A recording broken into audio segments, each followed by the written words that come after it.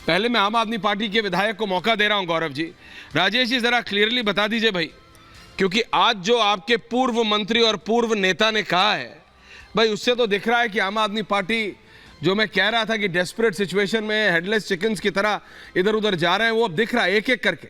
चाहे आप बोलें कि देखो अभी पहला ही केस है, लेकिन वही होता है, शुरुआत कौन करता है, बाद में तो सब फॉलो कर लेते हैं, भेड़चाल होती है बाद में तो।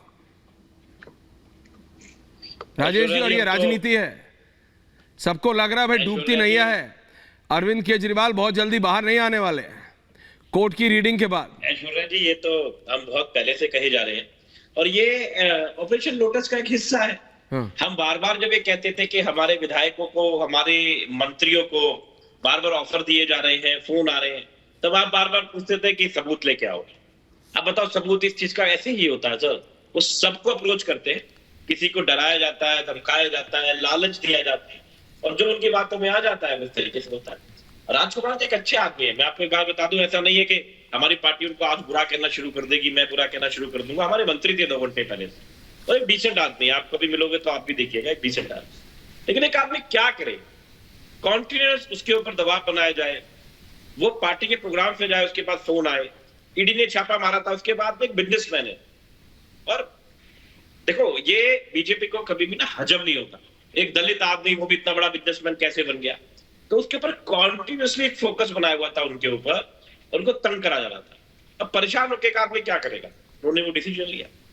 लेकिन इसके साथ में आपको ये भी बता दूं, इससे आम आदमी पार्टी डरने वाली नहीं है बिल्कुल भी। ये तो होगा, ये लगातार होगा, जो डरेंगे, जिन्हें डराया जाएगा, जिन्हें फंसाया जाएगा, वो हो सकता है इधर से उधर कल चले जाए।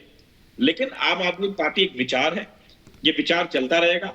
कितने ही लोगों को आप अंदर कर लो, कार्यकर्ताओं की पार्टी है, एक जाएगा, दूसरा आएगा, दूसरा जाएगा, तीसरा आएगा, तो ये चलता रहेगा।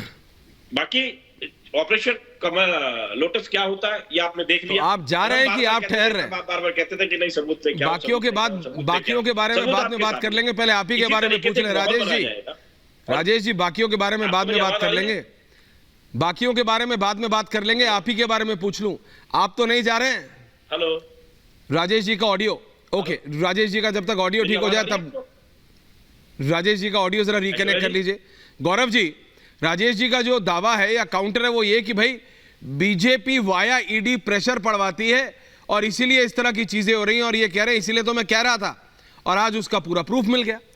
गौरव भाटिया जी।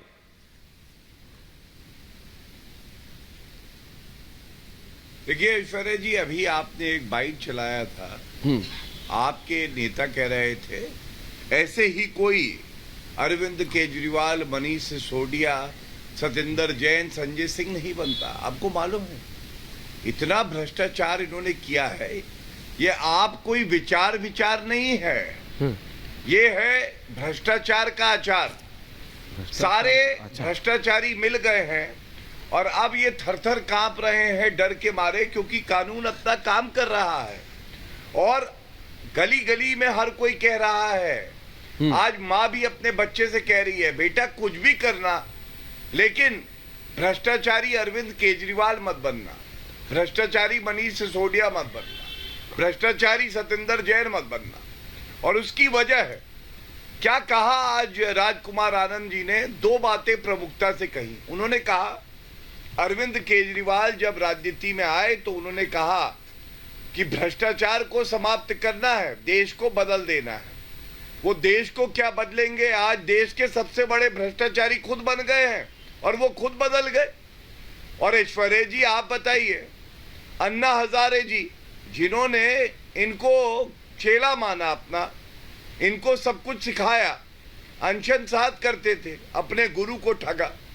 उसके बाद योगेंद्र यादव याद करिए, योगेंद्र यादव तो इन्हीं के साथ थे, वो भी छोड़ के चले गए। फिर आप याद करिए प्रशांत भूषण को, वो भी इनके साथ थे, छोड़ के चले गए। इसी तरह से आशुतोष हैं, पत्रकार हैं, अब दोबारा से वो भी छोड़ के चले गए। ये लोग छोड़ के क्यों जाते हैं आप समझिए, क्योंकि अरविंद केजरीवाल ने केवल देश की और दिल्ली की जनता को नहीं ठगा है, पार्टी के अंदर जो नेता रहे हैं, ये जो अभी हैं, उनको भी ठग रहे हैं।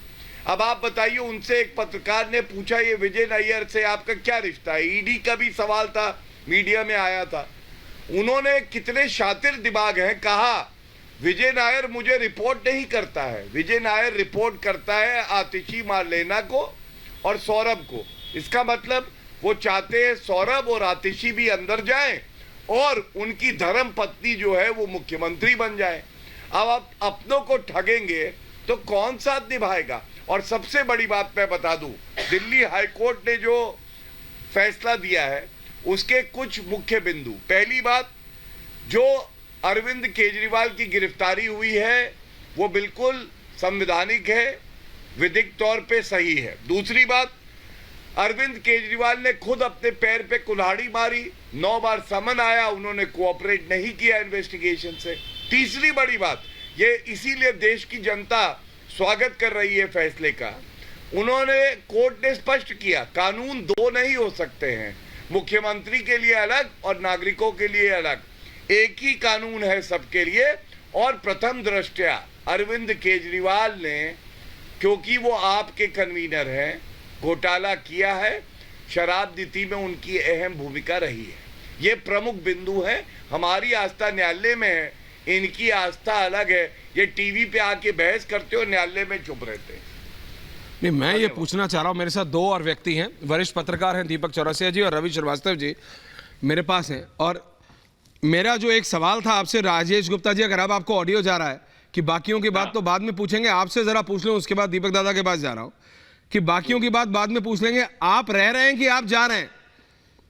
देखिए, मैं तो आपके सामने बैठा हूं, पीछे आम आदमी नहीं, पार्टी का आजकल बैनर ऐसे ही लगा है, हुआ है।